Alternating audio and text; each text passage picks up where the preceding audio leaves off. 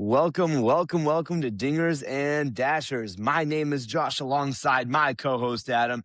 It's not the greatest day to talk all things Caps hockey. Adam, let's get right into it. And the Caps on a 3-game losing skid right now, not where you want to be as you start a 6-game road trip. Yeah, Josh, that's exactly right. The Washington Capitals have been struggling as of late, and it's just not been pretty. Man, we've been giving up a ton of goals. I mean, not scoring on the rate we saw towards the beginning of the season. After we started off slow, but then we really picked up the pace, and we were winning a lot of games in a row, getting off to streaky. We were very streaky at that point, and I'd rather streaky than losing so many games like we are right now, Josh. As we start this road trip, we lose to the Avalanche 5-2, and we give up 44 shots on goal. That is not good. No, it's definitely not good at all. And you have to acknowledge, like, you're playing the best team in the league. They've lost in regulation once at home, right? Expectations were not through the roof going into this game, but I think the Caps honestly did a good job hanging in there. They were down a goal after 2 periods and Sure. then just kind of fell apart on them in the third period. A little bit concerning. They were 9-1-1 going on a hot streak. And then since then, about a month ago, it's just kind of gone downhill. And actually, in the last month and a half, the Caps have not been able to win back to back games, which is incredibly troubling, especially if you think about the playoffs. You need to be able to win 4 games before the other team wins 3. Like, mathematically, you need to win back to back unless you win game 1 and 3 and 5 and 6. But that's not important. You need to be able to win back to back games. And I think that this Caps team is bleeding right now. I think that's the effect of their long term center Pierre Luc Dubois being on the injured reserve. You got Tom Wilson, a game changer, been out hurt since the beginning of January. Then you look up and down the roster and you have guys underperforming. Dylan Strome, he's wiping out on big plays, giving up opportunities. Matt Roy coughing up the puck. Sandin coughing up the puck. Chikrin not scoring at the rate that he established for himself. Adam, the best player on the Caps right now is Ethan Frank.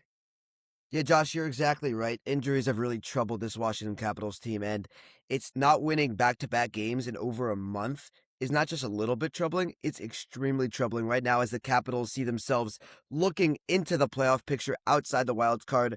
Yeah, it's not been good, Josh, and surprising to even see the Capitals in this position, in the position fighting for a playoff position right now because we've looked terrible. And you're Yeah. exactly right. Dylan Strome has not been able to finish the puck, Josh. I wanna bring up something that I saw in the Avalanche game. Yes, he's wiping on pucks. Yes, he looks a little bit slower, but he hasn't been able to finish the season like he has in the past. I feel like his production offensively has been down. He's still shown to be a great offensive minded passer and great leader for this team. But yeah, we haven't seen him finish this so much this year, but we have seen someone, Ethan Frank, who you just mentioned, who's been a really big part of this team so far. And to your point, leadership is very important on this team. But and I think Dylan Strom should exactly be a leader. But for some guys like McElrath, who won't get into a game very often, or Duhane, who provides a spark, those are spark leadership guys. Strom can still be a leader, but it's not enough for him to. He's just a leader and a good passer. No, he needs to be an elite finisher. He had an opportunity down low where he just kind of ran out of room trying to work around Scott Yeah, Wedgwood's pads that's what I was thinking of. against the Avalanche. And those opportunities that come down low, those are the kinds of opportunities and goals if you convert that win you 1 goal games, that win you Stanley Cups. Because remember when we won that game in overtime to save our season? It's because we finished opportunities like that. And I'm not saying or suggesting that Dylan Strome is going anywhere on this team or like going away from this team, but this kind of performance isn't going to cut it. And we see that too a little bit from Alexei Protas. He has almost 20 goals this season, but they're not coming like how they used to come. And we're just seeing complete regression around from this entire Caps team. And at the beginning of the season, we're kind of looking like fools right now for what we said. We had predicted that the Caps are going to take another step forward from last season. Last season was just scratching the tip of the iceberg, and all signs seem to point promising ways. Lapierre was starting to figure it out. The Caps, they were dynamic. They brought in Sordiff. They locked down their goalies long term, but something's just not clicking. And the coaching staff and the players need to figure it out fast. Otherwise, I don't know what's going to happen. Yeah, Josh, leadership is super important, but I feel like we have so many of those guys, and we don't have people who are finishing offensively. We've seen Ethan Frank step up time after time this year. Ryan Leonard has done it. Started since his injury, it hasn't been as much. We haven't seen what he was doing towards the beginning of the season. Ovechkin's really picked up the pace. I love what I'm seeing from him so far. But you have so many great leaders. You have all these guys. It hurts to have Tom Wilson right now not in the lineup. He's been a great goal scorer for us this season. But you don't have people finishing on the levels we've had in the past. Protas was a great finisher last year. Strome was a great finisher last year. Wilson, who's also been a great finisher last year. But these guys aren't playing on the same level that they were last year. And it concerns me a little bit as we enter into the second half of the season where we need to make a playoff push. And if we want to make the playoffs, we need to score goals, which we're not scoring on the pace that we have in the past. And does that concern Coach Carbs enough to where we go and make a move at the trade deadline and go get a goal scorer, go get a finisher, someone who's more I think specializes in that? absolutely. And if they don't go and get someone, I'm gonna have questions. If you asked me 2 or 3 weeks ago, do they need to go get someone at the deadline? I would have said absolutely not. They have all the pieces of the puzzle. But I'm done putting my faith in the fact that it's gonna work out. And sure, this episode's gonna go out, and then they might win 2 in a row or 3 or 4 on the road trip. But they're based on what we've seen, well, we'll see if that even happens because Yeah. haven't even won back to back in the last month and a half. But then they're going to come home, and what's going to happen? We're in the middle of the most important stretch of the season. Yeah, entering into the 22 Olympic games, stretch. Entering into the 22 Olympics. games, 41 nights. Not a lot of time off. We need to get into a groove. And coming back from the break, it's going to be short. It's going to be about a month, and then we're off into the playoffs. And the Caps don't want to be playing catch up in that last month. They're going to be beating teams like the Avalanche again during the month of March. They don't want to have to leave all their playoff hopes up till then. But it's not. But we can't just keep saying next week, next game, next game. No, next game was November, December, end of 2025. We're in the middle of it. We're 3 weeks into January right now, and the Caps have not figured it out at all. And sure, it's in part due to injuries, but the problems go beyond that, in that we're putting all the pressure on rookie Ryan Leonard and league minimum contract Ethan Frank, as those are the guys trying to carry a team right now. You have the greatest goal scorer of all time. You have 6 guys, I think, who hit 20 goals last season. You have one of the best goalies in the league. What don't you have? Yeah, it feels like we have a lot of depth and a lot of role players on this team right now, and a lot of young star players. You got a lot of young guys who you're mentioning. So, I mean, Ethan Frank and Ryan Leonard, these guys who right now are carrying the team. The only ones actually trying right now. Sonny Milano, that line's look nicked out. They've looked good, but the top of our team, our top 2 lines, they've been falling apart. Ovi's line was, I think, him and Nick Dowd and like Ethan Frank the other day, because Yeah. nobody's helping him out. Those are the guys playing good right now, and those are our And best that, players. exactly. That was the best line on the ice. And Yeah. by far. By far. And I don't know. I can't because you have such good talent. Like if you look at other bad teams on paper, you're like, yeah, they just have crappy players. The Caps have some of the best talent in the NHL. They led them in Old the and young, Avalanche. old and young. They have some of the best veterans, as well with some of the best rookies, some of the best young stars. They have it all. They have versatile offense. On paper, they have a very solid defense, and you got offensive defensemen, and then you have arguably the best backup goalie in the NHL in Charlie Lindgren, and arguably one of the best starting goalies in the NHL too in Logan Thompson. And it's all there. And I'm struggling, and I don't know if you have an answer to this, but what isn't there? Like, what do these Caps need? Is it a forward who can finish? They should have a forward that can finish. They should have that.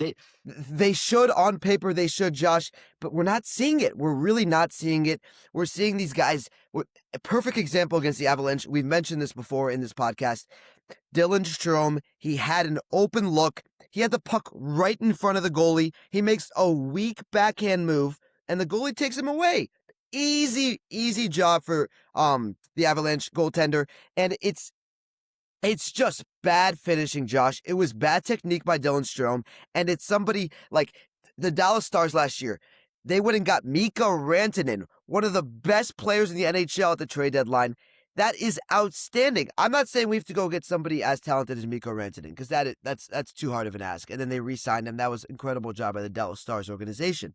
But Josh, you need somebody who can finish. We've got a lot of the pieces, but I think that's what we're missing right now. And I would like to see our goaltenders also step up a little bit because they've been struggling as of late. Yeah, and well, over the summer, the Caps were hot pursuers of Nikolai Ehlers. He ended up going to the Hurricanes, Yeah, and exactly. look how well that's wondering. So I honestly wonder, did the Caps coming into the season and did the front management did they know that it wasn't going to be enough, and that's why they're all in on a guy like Ehlers? Because the fan in me after last season was like, we got all the pieces right here. We don't need it, but the Caps seemed to think that they needed that finisher. Could the I, thi- Caps have I, kind of seen this coming? I think it was that Hurricane series where we just didn't score enough goals. We got outplayed. Yeah, we got beaten up in that series, and I think the Capitals kind of saw that coming. They were like, I think it was more of the fact that all of the Capitals players last season had career years. What are the odds of that happening again, Josh? Every single player, all your star players, Dylan Strom, Pierre-Luc Dubois, um, Alexei Protas, Tom Wilson, every single guy having career years, them doing it again, and most of the guys aren't doing it this year, Josh. And that was, I think, some of the Well, worries that the here Capitals were seeing. and I completely understand those worries. The way I thought about it going into this season was most people I think are seeing it as like, okay, they hit their ceiling, no more room to go, gotta come back down. But you look at a guy like Tom Wilson, who last year hit his ceiling, and I say that with quotes. And then this year, he used that ceiling as a floor to build off of more. So to me, I don't think it's a good enough excuse saying he had a career year last year. You can't really ask for anything more. No, because a career year shows this is what I was capable of doing. And now a whole year later of professional coaching, professional staffing, professional practice, everything, all the things you could ask for as a hockey player, I can't meet that same level again. Well, what happened? And I understand each player's not going to get every year better, better, better. But it's a lousy excuse to say everyone had a career year last year, so you can't ask them for anything more this year. Because a guy like Wilson, arguably the future captain of the Capitals, he did have that career year last year, and he's doing even better this year before he got hurt. Yeah, I'm not saying it's an excuse. I'm saying I think that was the Capitals' worries, the organization's worries that these guys weren't going to do as well this year because you do see declines, and I'm not saying that the Capitals players should be declining year after year, but um, that's something that you always got to have in the back of your mind because as much as these players train, as much as these like the NHL gets harder, every other player is getting better as well. So it's something that you got to think about, and I think the Capitals really missed out on Nikolai Ehlers, who has been a big help for the Carolina Hurricanes as they are a hot team right now, looking really good in the Metropolitan Division. One of the Top of the only teams Metro, right, yeah. yeah, one of the only teams right now doing good in the Metro. The Metro has fallen off big time.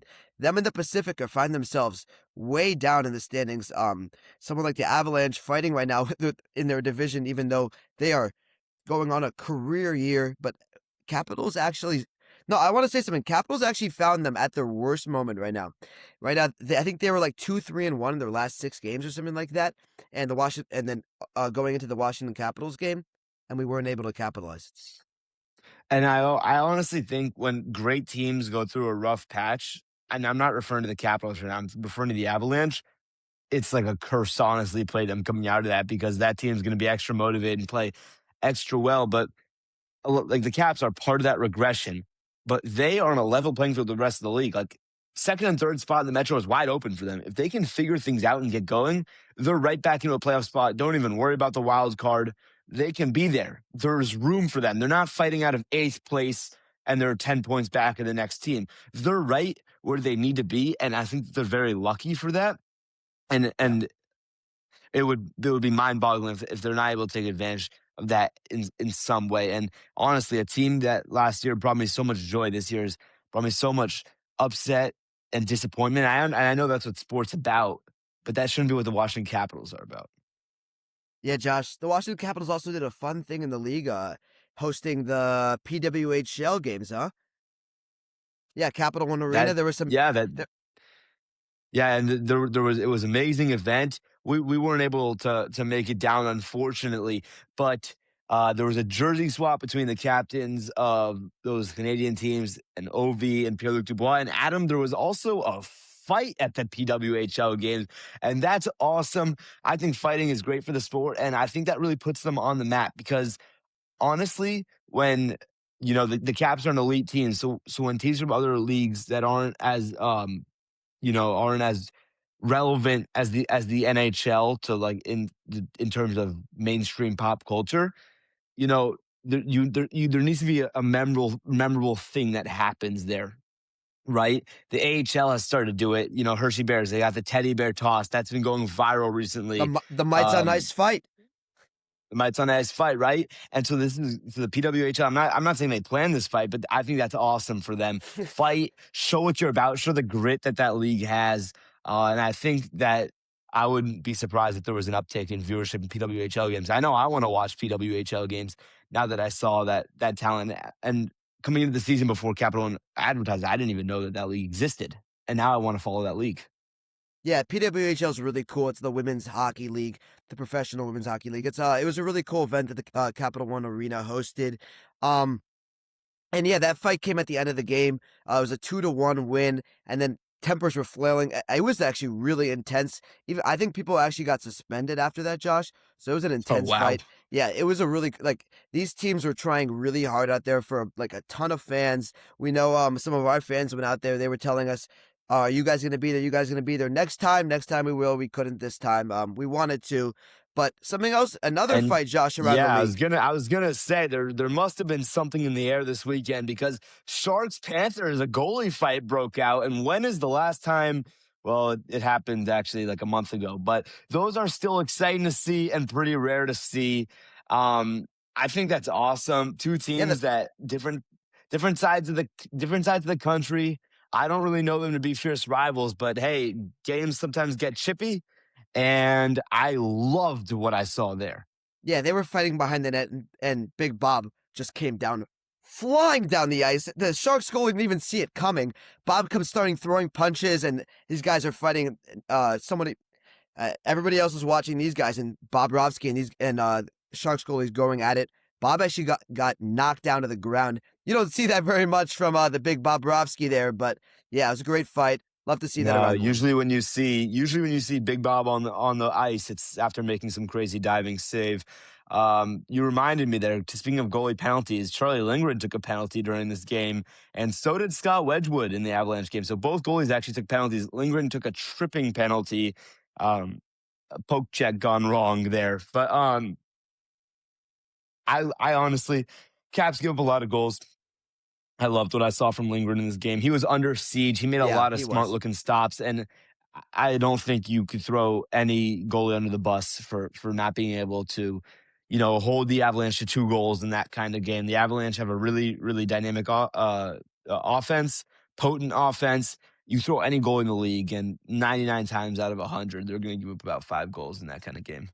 Yeah, he gave up 5 with 6 if you count the one that was called back for goaltender interference, but it wasn't. So, And yeah. I want to talk about that actually. So I know that call went the Caps way, but I still, Adam, I don't understand what goaltender interference is in the Yeah, neither NHL do I. anymore. That was a weird call too. And look, I'll take it. It was Carber's challenged like Yeah. 5 times the first time he won it this season. Obviously, I'll take it if that's on my side. But if I'm an Avalanche fan, I completely understand being upset over that call. Like, obviously, it didn't matter towards the game in the end. But when we come to the playoffs, Adam, and there's going to be screens in front, pushing in front, shoving in front of the net, and oh my God, a game changing goal happens. And oh, wishy washy is a goaltender interference. Like, that's one of those moments where judgment from the refs and from the situation room has the power to influence the game. I still don't understand what goaltender interference is in the NHL. I have no idea. There's no way to know because every single time the same thing could happen. And if it's a Monday, it's goal interference. But if it's a Thursday, it's a good goal. Adam, the league needs to address this, and I don't know Yeah. how. If I did, I would say how. But it's I unbelievable. It's so like just pick and choosy. I think there needs to be like technical differences, like if the player gets this far inside the crease, like inches into the crease, like have measurements, have specific measurements, specific rules for every single goaltender interference possibility. Because if you don't have these parameters, you don't have rules set in place. It comes up to the referees and to the and and you just have inconsistency heading into the playoffs that can make or break it make or break a team, and we saw this in the NFL. Inconsistencies in the NFL playoffs, and again, I Here don't we want to get go. into that, but Here comes the Bills train. I'm not gonna make up. I'm It not was the gonna talk catch. about It that was the here. catch. It It was was a the catch. catch. I'm not gonna It get was a into it catch.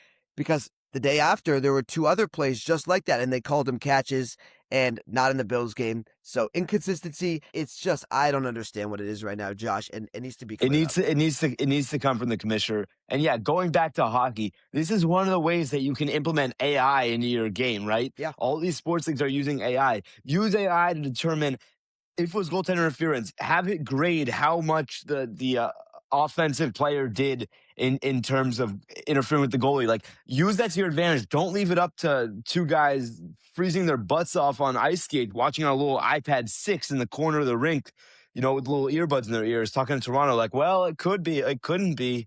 Do we feel bad for this team? Are we going to call it this way? No. Do what the FIFA does it. VAR. It's all robotic. That's all. That's all it needs to be. Yeah, VAR is sick. I like the always the motion they do. I think the NHL should Oh, do it's something like awesome. that. Or like a little like I like that as like the review. Or like if there's gonna be a challenge, like a strobe light or some fire comes down, something crazy. Yeah, something crazy like the NH or like the referee yells challenge or something like that. Like you need some energy. Yeah, something like that. Or I would love to see that. Or honestly, like on 50-50 calls like that, Adam, what if they just like awarded a penalty shot instead? Just change it up, something. Obviously, that's actually in reality a pretty stupid idea. Yeah, But I don't love that. I mean, I love a good just NHL referee call when they're like 2 minutes for hooking and they do like a full like. I always love those kind of good calls. You're like 2 minutes for tripping and he like slaps the ground with his hand, like he Wes slaps the ice. McCauley, maybe, yeah. Yeah, Wes yeah, it's always McCauley is good. known for those kinds of calls. Or what if it's like a long challenge? They put out a disco ball and you send out like each team's fastest skater to go like skate. Just do something, change it up. NHL's gone stale, and I probably just feel like that because my team sucks. But Yeah, what are I you don't gonna know if do? the NHL. I've been watching some other games and they're pretty entertaining. Josh, the game No, yeah, the before I was NHL's great right now. yeah the before the Avalanche Caps game there was a little Hurricanes game and that was an outstanding game. Outstanding job by the Canes goaltender. He's been outstanding this year too, and that was a great game. I think the NHL isn't getting stale, but it's always fun to see like the hot mics by the referees. I love a good referee action. They're always fun to listen to. Yeah, it's just the Caps getting stale. And tonight, Wednesday night, they're gonna play against, I believe, Edmonton. It's going to be a 10 p.m. game. We're headed to the West Coast. For Adam and I, it's the week of exams. So thank We'll still you to watch. the We'll still watch. We'll still watch. we'll still watch, but thank you very much to the schedule makers over there at the NHL. But it does raise a question though. It's like the Caps, they can't expect all their fans to stay up for them after what they've been giving them. It's like the Caps are just like the boy who cried wolf. Eventually, fans are just going to stop showing up. But we're far from that. The Caps can turn it around. Hopefully, we get back on track with a win tonight. Maybe a win again on Friday. That would make the first back-to-back win in about a month and a half. We'll see. Thank you all so much for tuning in to Dingers and Dashers. If you made it to the end of this episode, go drop a like and comment the number one issue with the Washington Capitals right now. And we will see you all next week. Bye.